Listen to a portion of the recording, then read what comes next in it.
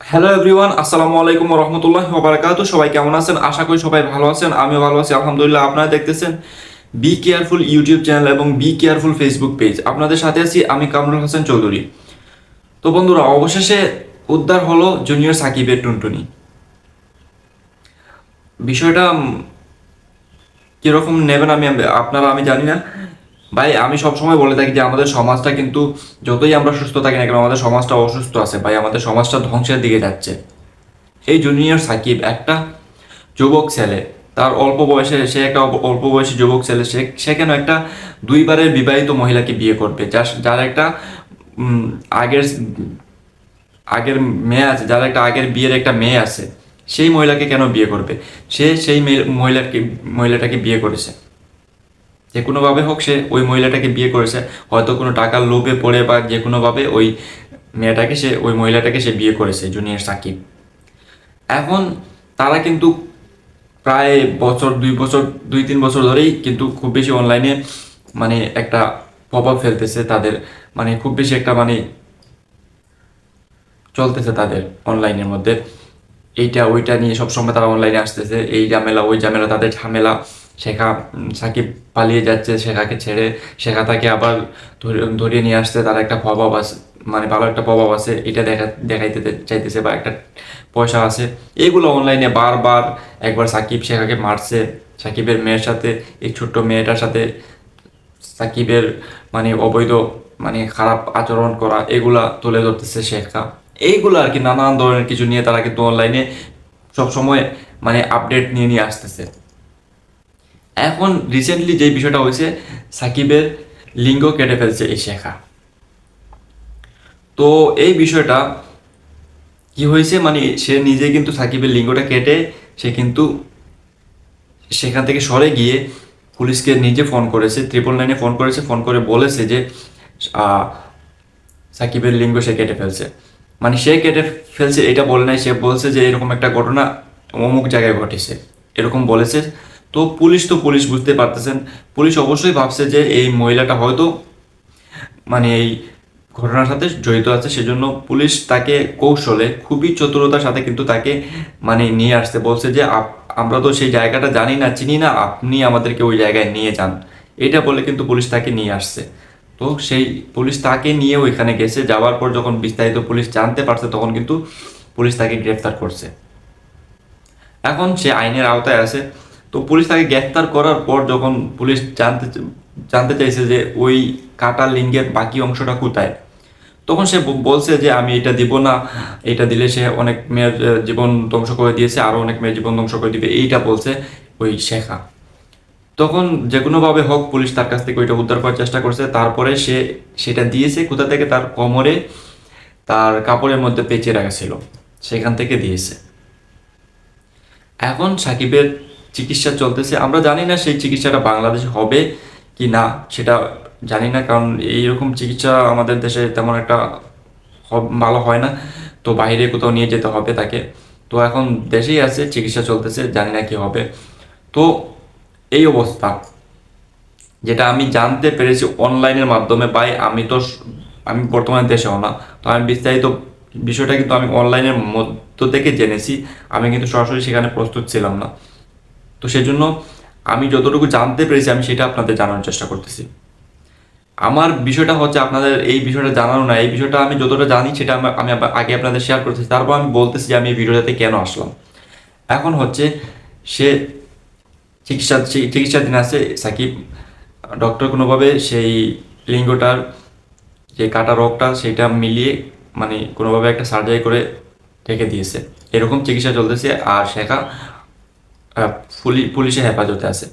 এখন সেইখানে সে যখন তাকে আদালতে তোলা হয়, তখন সে একটা জবানবন্দি দিয়েছে। তো সেইখানে সে নানান ধরনের দোষারোপ করেছে। সেটা বুঝতেই পারতেছেন, সে এখন একটা কাণ্ড করেছে, তখন দোষারোপ তো করবেই। দোষারোপ অবশ্যই সাকিবকে একটা দোষারোপ করতেই হবে তাকে। সেরকম কিছু করবে, তার মেয়ের উপরে খারাপ নজর দিচ্ছে, এরকম যে বলছে যে আগে যে সময়, যে আমরা শুনেছিলাম আগে একবার তারা এই বিষয় নিয়ে মানে খুব বেশি অনলাইনে তুফান তুলেছিল। তো তখন বলেছিল যে, ওই শেখা বলেছিল সাকিব তার মেয়ের সাথে, এই ছোট্ট মেয়েটার সাথে বাজে বিহেভ করেছে। তো সেটার জন্য সে নাকি আবার বলছে যে পবিত্র গ্রন্থ ছুঁয়ে আবার সাকিব নাকি কসম করেছে যে দ্বিতীয়বার সেরকম কোনো কিছু করবে না, সেটা মানে সেরকম একটা তাদের মধ্যে মানে কমিটমেন্ট হয়েছিল। তারপর তারা আবার সংসার শুরু করেছে। তো ওই মেয়েটা হয়তো তাদের কাছে ছিল না, আবার আসছে কোথাও, হয়তো ওর নানুর বাড়িতে থাকে এরকম জায়গায়। তো এখান থেকে আবার আসছে, আসার পর নাকি সাকিব আবার তার সাথে সেই খারাপ ব্যবহার করেছে, এরকম একটা অভিযোগ তুলেছে আদালতে শেখা। তো এটাই ছিল মূল বিষয় তাদের। তো ভাই এইগুলা নিয়ে ঝামেলা করে এখন আমি বলতে চাই ভাই, এই সাকিব অল্প বয়সে একটা যুবক ছেলে, দেখতে শুনতে মাসাল্লাহ খারাপ না, তো তাকে কেন এই আহ, বিবাহিত একটা মহিলাকে, দুইবারের বিবাহিত একটা মহিলাকে বিয়ে করতে হবে? এখন হয়তো সে কোনো টাকার লোভে পড়ে বা কোনো একটা জিনিসের লোভে পড়ে সে বিয়েটা করেছে। এখন তার সাথে মানে না চাইতেও সংসার করতে হইতেছে, কারণ 5 লক্ষ টাকা কাবিনের দিতে হবে, তার কাছে সেই টাকাটাও নাই, সেটা দিতে পারবে না। এখন না চাইতে মানে তার সাথে সংসার করতে হইতেছে। আর শেখা, ওই মেয়েটাও কিন্তু, ওই মহিলাটাও কিন্তু এত ভালো না, অর্থাৎ মানে ধোয়া তুলসী পাতা তো না, মানে সেও কিন্তু এত দুধে ধোয়া কিছু না। সে দুইবারের বিবাহিত মহিলা, তারপর একটা যুবক মানে অল্প বয়সের ছেলেকে বিয়ে করার কথা সে ভাবে কি করে? এখন তার হয়তো টাকা পয়সা আছে, অনেক দাপট আছে, সেটা দেখে কিন্তু সে তাকে মানে ফাঁসাই ফেলছে, বিয়ে করে ফেলছে। তো যে কোনোভাবে হোক তোমাদের মানে, যখন আমি দেখি দুইটা মানুষের মধ্যে, যখন আমি একটা কথা বলে দিই, দুইটা মানুষের মধ্যে যদি কখনো মিল না থাকে, তাহলে সেখানে সংসার তো দূরের কথা, মানে মানুষ দুইটা একসাথে থাকাটাই মুশকিল। সংসার তো অনেক দূরের কথা, বন্ধু হয়ে একসাথে থাকাটাও মুশকিল, কারণ দুইটা মানুষের মধ্যে কোনো মিল নেই। তো এইখানে যখন টাকা দিয়ে ভাই কখনো সম্পর্ক কেনা যায় না, ভালোবাসার সম্পর্ক টাকা দিয়ে কিনা যায় না।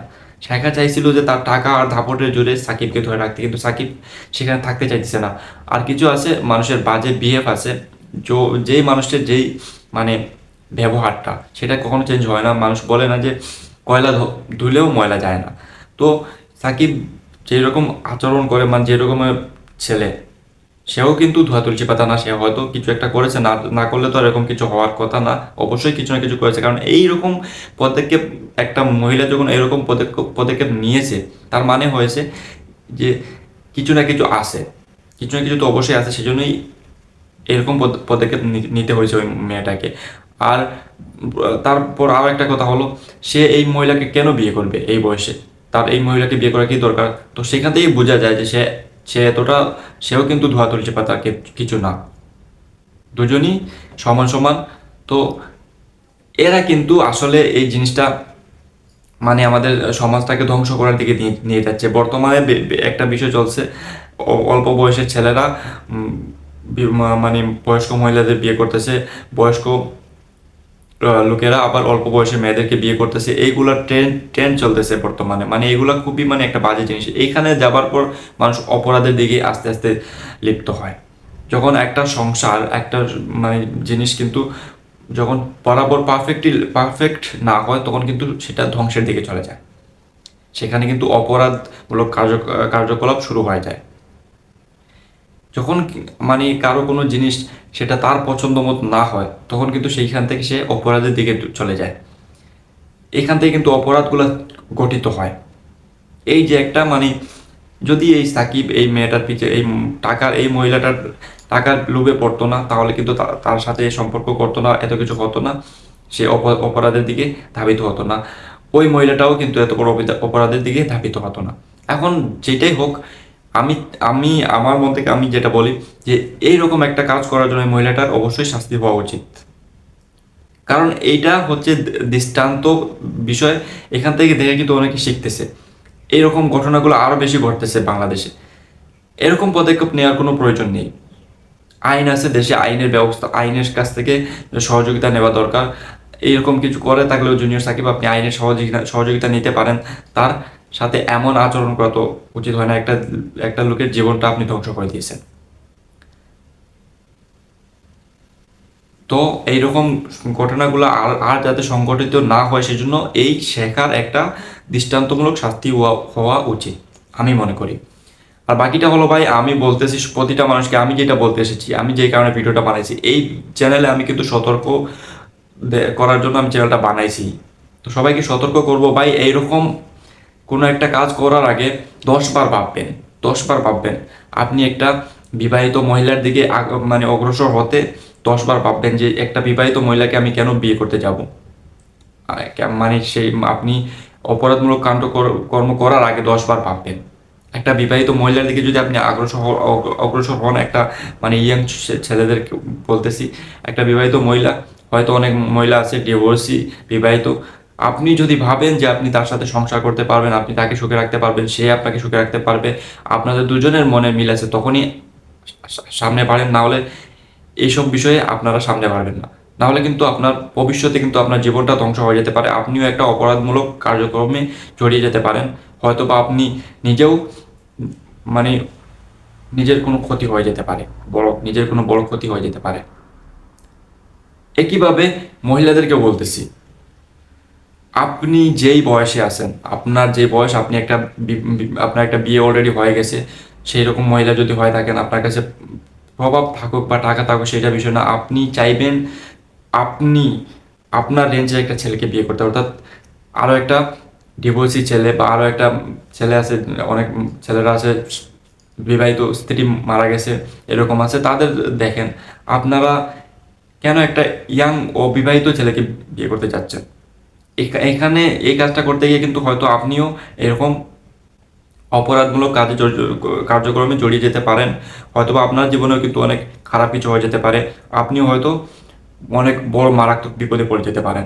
সেজন্য এইগুলা করার আগে ভাই বোন যারা আছেন তাদেরকে সবাইকে বলতেছি, এইরকম কাজগুলো করার আগে 10 বার ভাববেন, দেখবেন যে আপনি যেটা করতে যাচ্ছেন সেটা কি আপনি সঠিক করতেছেন, নাকি আপনার এটা থেকে আপনার বিপরীতে কোনো মানে পরে কোনো বিপরীত কিছু হয়ে যায়, সেটা আপনি ভালো করে ভাববেন, তারপর সেটা করতে যাবেন। এই ভুলগুলা কিন্তু আমাদের দেশের লোকগুলা বেশিরভাগ করতেছে, বা এই আমাদের দেশে না, এখন এটা ট্রেন্ডই চলতেছে, এটা খুব বেশি হচ্ছে।